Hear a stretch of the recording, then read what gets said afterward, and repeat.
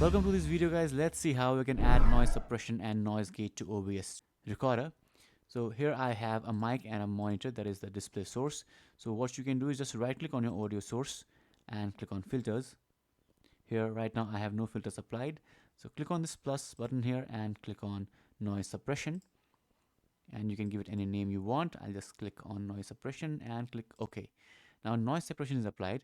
Now here we have two options, that is RN noise and speaks.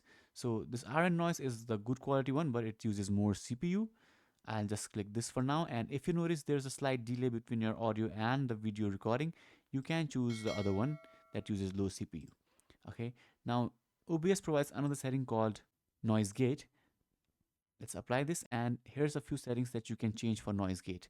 What this close threshold does is when your voice gets quieter than this, the mic will not pick up those sounds, and when the voice gets louder than this, that is the open threshold, mic will turn on back again. Attack time is how fast the mic turns on when you are speaking. This hold time means how long the mic stays on after you are done talking. And this release time is how smoothly the mic fades out after you stop speaking or when you start speaking. Noise gate can be useful to not record some small sounds or small voices. Let's say someone else is speaking in the background far away from you, or your dog is barking. It can help to eliminate those sounds.